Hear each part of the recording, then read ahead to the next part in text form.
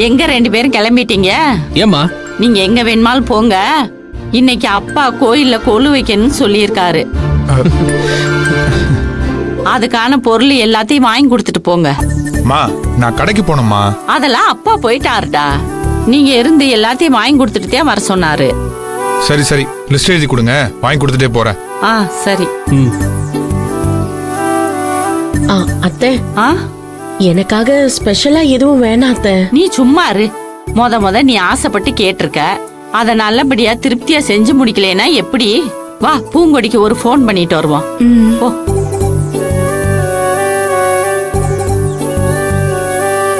வா.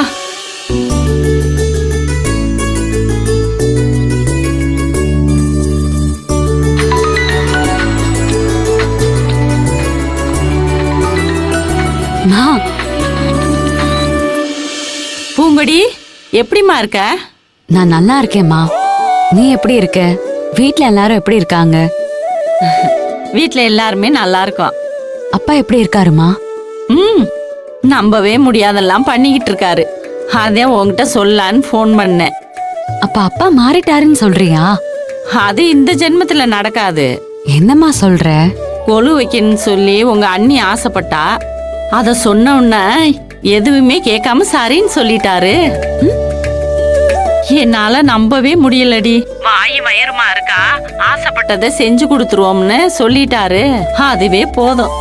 மா, ரொம்ப சந்தோஷமான விஷயம்மா. பூங்கொடி, அத கேட்டோன்னு எனக்கு சந்தோஷம்தான். என்ன, நீ இங்க இல்லாதே எனக்கு ஒரு குறை.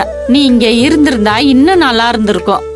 அதனால என்னம்மா, நீ கொலை வச்சு சந்தோஷமா இருந்தா எனக்கு அதுவே போதும்.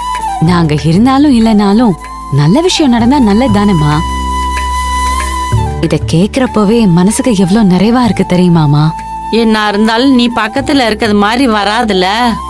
மா, நான் என்னதான் கல்யாணம் பண்ணி என்னோட புகுந்த வீட்டுக்கு வந்தாலும் என் மனசு என்னைக்குமே அங்கதாமா இருக்கும்.